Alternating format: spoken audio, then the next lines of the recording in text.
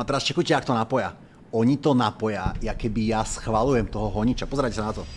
Zažila som aj to, keď som mala 15 rokov, že vedľa mňa muž v MHDčke masturboval. Chlapci robia to, čo majú, to zase do čoho ich tlačí ich prirodzenosť.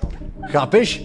Ona rozpráva o tom, ako ju bezdomovci obťažujú a on to napojí s mojou vetou, že vieš, však chlapci robia to, čo majú, to, čo musia, to, čo im je prirodzené. Nie je to neuveriteľné? Toto i už To mi fakt... príde až, to mi príde na takom leveli. To je hyenizmus. Mne to príde na takom leveli, a keby on si iba vystrne, jak ja hovorím áno, a niekto sa spýta, niekto úplne koho som v živote nevidel, sa spýta, že zabil si v živote človeka a on tam nastrne moje áno. Už v tomto momente on ťa už ani nemusel pozvať na rozhovor a mohol si spraviť AI odpovede Fikyho, lebo ty odpovedáš na veci, ktoré sa ťa neboli pýtané. On som mohol pozrieť moje videá a nájsť si tam vetu, že chlapci robia to, čo majú, už som takú podobnú niekde povedal. A mohol to tam dať, pretože na čo ma vôbec volal, ja som nevravel na lektim príbehu o honičovej električke, že chlapci robia to, čo majú.